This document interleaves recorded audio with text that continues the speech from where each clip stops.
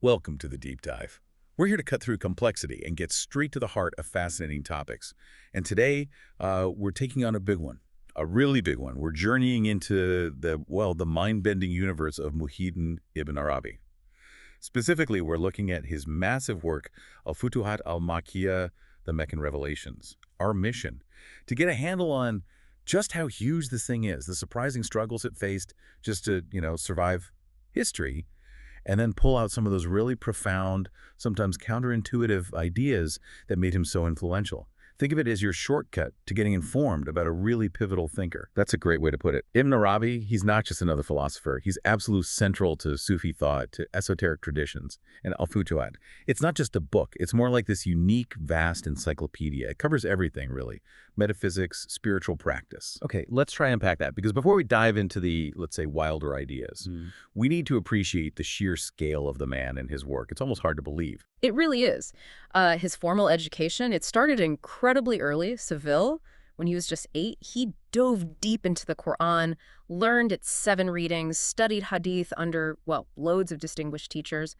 That rigorous grounding, really set the stage for everything that came later. And what came later? His output. I mean, prolific barely covers it. He was like a writing machine. Oh, yeah. Beyond al-Futuhat, hundreds of other major texts. You mentioned his al-Tafsir al-Kabir, a Quran commentary. Yes, that one alone is reportedly 64 volumes. 64. Incredible. And there's Fusus al-Hikam, Tarjuman al-Ashwaq, Muhadarat al-Abrar. The list goes on. And scholars can't even agree on the total count, right? Some say maybe 284 works, which I think he himself mentioned. He did in a grant of authority. But then you see other figures. One scholar even cited something like 364,000 attributed items, which seems astronomical, but it shows the sheer volume of discussion around him. Just highlights the immense scope we're dealing with. But al-Futuhat al Makkiyya, that's the real centerpiece for today, the Titan. To give you a sense of its sheer physical size, the second version, the one he wrote out entirely himself. By hand. By hand. It's 37 volumes, or books. 37. Comprising 560 chapters, over 10,500 pages in his manuscript. Wow. Containing over 1.7 million words. And he finished this huge task over 4 dedicated years, between 632 and 636 AH. After he passed away, it was his student, Sadr al-Din al-Panawi, who inherited it and, crucially, preserved that original text. That's just staggering. But, having this colossal work is one thing. How did it actually survive? What were the challenges in preserving and studying it over the centuries? It sounds like a nightmare. Yeah, it wasn't smooth sailing at all. The printing history is actually quite fraught. The very first major printed version, the Bulaq edition from 1858, riddled with errors, unfortunately. Why was that? Because it wasn't collated properly against Ibn Arabi's own corrected manuscript, the Konya manuscript. Then there was another big printing effort in 1910 in Egypt. They claimed it was collated against the author's manuscript, but it still had problems. I mean, it was published long after his death, without his direct oversight. It's just inherently difficult. And what about now, with digital versions?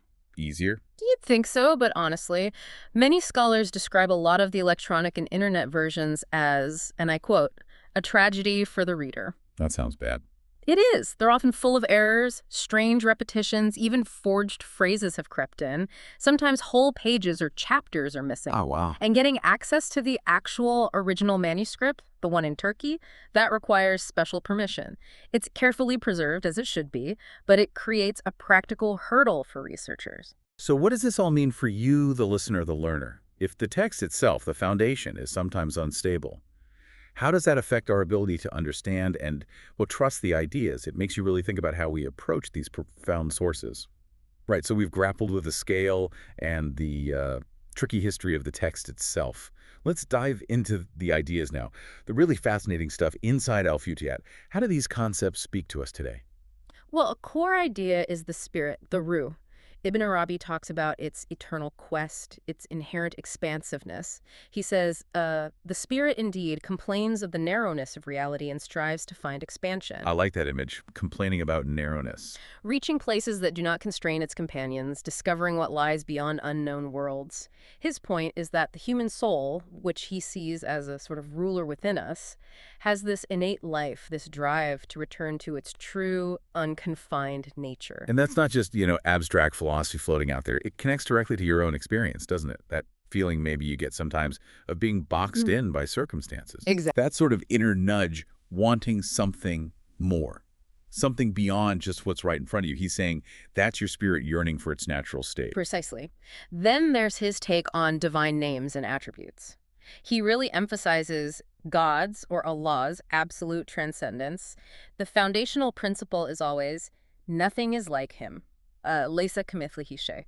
Okay. So divine attributes, they can't be pinned down or described using our human concepts of time or space. Because time and space are creations themselves. Exactly. Concepts like before and after, they don't apply to the divine in the way we understand them. Our finite minds just can't fully encompass the infinite.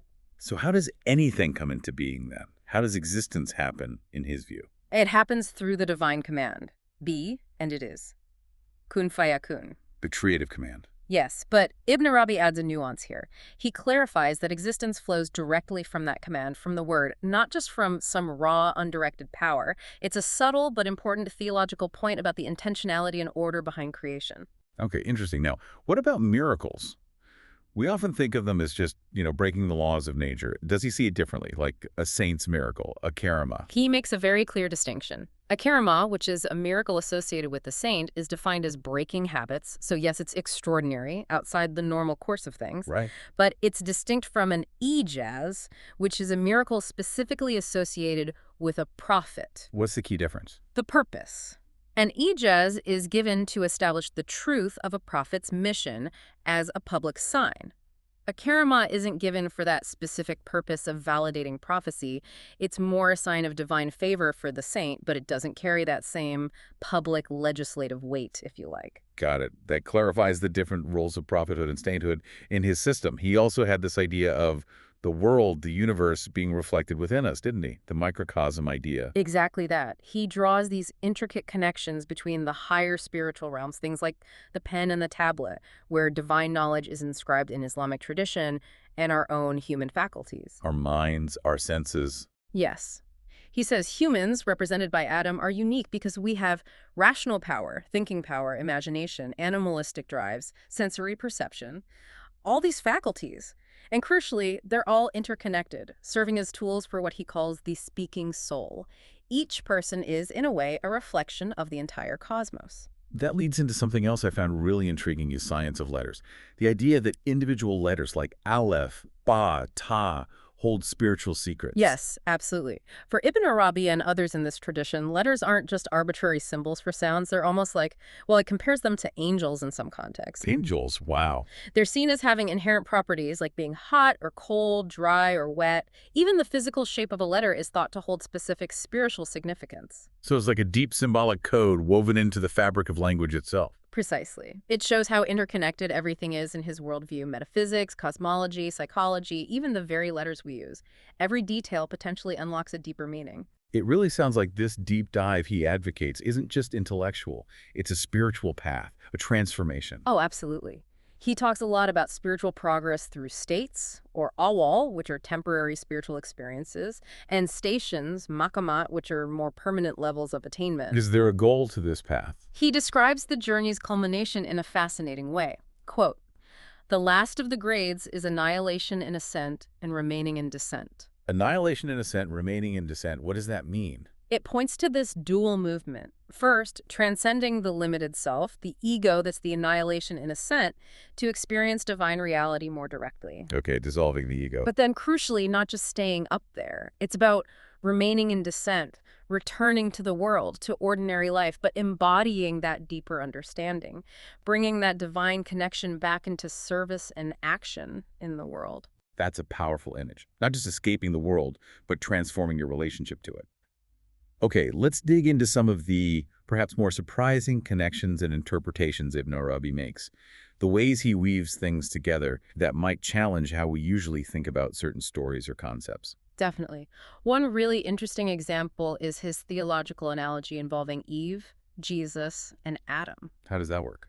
He looks at the creation of Eve from Adam's side, so appearing without a biological mother, and he draws a direct parallel to the birth of Jesus from Mary, appearing without a biological father. Ah, the parallel miracles of origin. Exactly. But what's really fascinating is why he highlights this. He specifically notes that this parallel served, theologically, to clear Mary of accusation. So, using Eve's origin to defend Mary's miraculous conception of Jesus. Precisely. It's a really creative, interpretive move, using one scriptural narrative to illuminate and support another, drawing a profound theological and even moral point about divine power and purity. That is unexpected. What about that story in the Quran about the Samaritan's calf? The golden calf that made a lowing sound. Many people might just pass over that detail. Right, but Ibn Arabi offers this unique, mystical explanation for why it lowed. Okay, what was it? He attributes the sound to the fact that the Samaritan who made the calf had taken a handful from the trace of the messenger. The trace of the messenger, meaning The dust or earth upon which the angel Gabriel, the messenger, had stepped. The idea is that this trace contained a residue of life-giving power from Gabriel. So the lowing wasn't just a trick, it was a result of this captured divine trace. That's his mystical interpretation. It adds this whole other layer of meaning to a familiar story, suggesting even a fragment of divine presence, even misused, can have extraordinary effects. Then there's the concept of the Sultan as the shadow of God on earth. That sounds quite political on the surface. It can sound that way, and it certainly touches on governance, but in Ibn Arabi's framework, it's deeper than just endorsing earthly power. So He sees the just ruler's judgment, ideally, as a reflection or manifestation of divine judgment. It emphasizes the potential for spiritual authority within worldly leadership. It's connecting the mundane act of governing to the higher divine order. Now, importantly, he's describing an ideal here, exploring the spiritual dimension of justice and rule, not necessarily commenting on specific rulers or systems. We're just relaying his view from the text. right, understanding his framework, not endorsing a political stance. Okay. What about time? You mentioned earlier that our concepts don't apply to the divine. Did he have a different view of time itself? He did, a very profound one. He described time as a scale, a mizan. A scale, like for weighing things. Exactly. He says time is a scale. The first existence of time in the scale was for spiritual justice. Spiritual justice, so time isn't just chronology.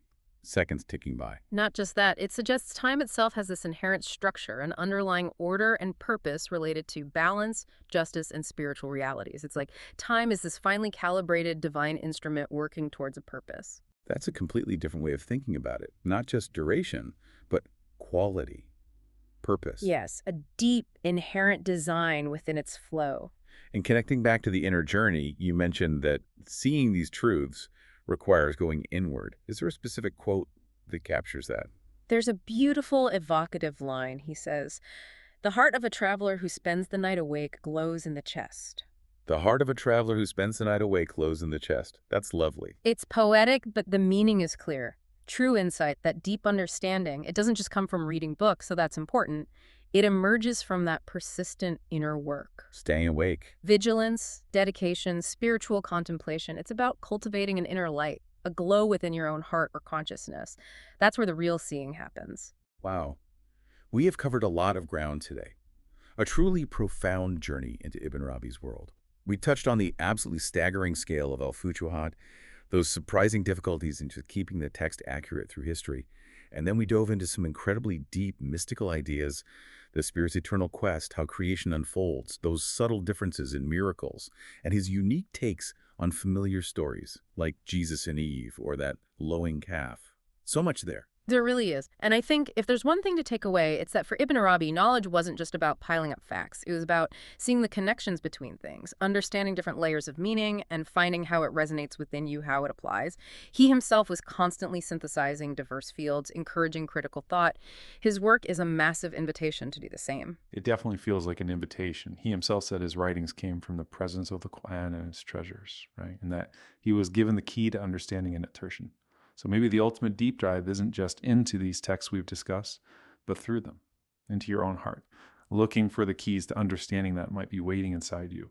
As you, our listener, reflect on all this, what stands out? What new key might you have found today for your own understanding, your own world,